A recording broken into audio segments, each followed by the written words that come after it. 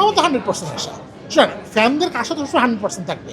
আমি যদি নাও জানি যে আর্জেন্টিনা হয়তো বা মানে প্রাথমিক পর্ব হয়তো পার হইতে পারবো না, কথার কথা, হ্যাঁ, তাতেও তো আশার কোনো শেষ নাই। আশা এবং ভালোবাসা এটা চলমান, কোনো বার্তা দেওয়ার কিছু মানে এখানে মানে আসে না, এখানে বসে ধরেন যে ওই কুত্তা দৌড়ানোর কোনো দরকার নাই। হ্যাঁ, আমরা আশা করি যে খেলাটা ভালো হবে, আমরা সবাই এনজয় করব, কিন্তু এবার খেলার টাইমগুলি একটা আমাদের জন্য বিচ্ছিরি টাইম, দেখা যাক যে কতটুকু কী করা যায়। শুনুন, ওয়ার্ল্ড ওয়াইডই পৃথিবীর সবাই 102টা ভাগে ভাগ হয়। প্রথমে ব্রাজিল আর আর্জেন্টিনায় ভাগ হয়, তারপর আস্তে আস্তে বাকি দল সাপোর্ট শুরু হয়। হ্যাঁ, তো এরকম আমি ওইরকম আর্জেন্টিনা সাপোর্টার। তারপর দেখা যাক যে আর্জেন্টিনা যদি টিকে থাকে তো টিকে থাকলো, না থাকলে অন্য কাউকে সাপোর্ট করা যায় কিনা সেটা পরের স্টেপে হবে। মানে আসতে না, ওই যে আশা ছাড়া তার জীবনে কিছু নাই। হ্যাঁ, তো আমরা সবসময় আশাবাদী।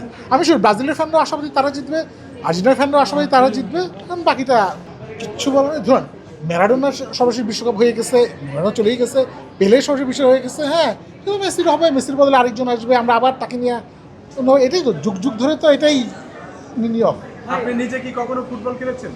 মাথা খারাপ এই শরীর নিয়ে ফুটবল, এই খুব বেশি হয়ে যায় গোল পোস্টে দাঁড়ায় থাকে আর কি, তাও সেটা খুব একটা ভালো কিছু না। মানে এত প্রশ্ন এত জটিল করে ঘুরা বললেও কোনো লাভ নাই। হ্যাঁ, আমি আর্জেন্টিনা ফ্যান, আমি তো আর্জেন্টিনাই পাবে।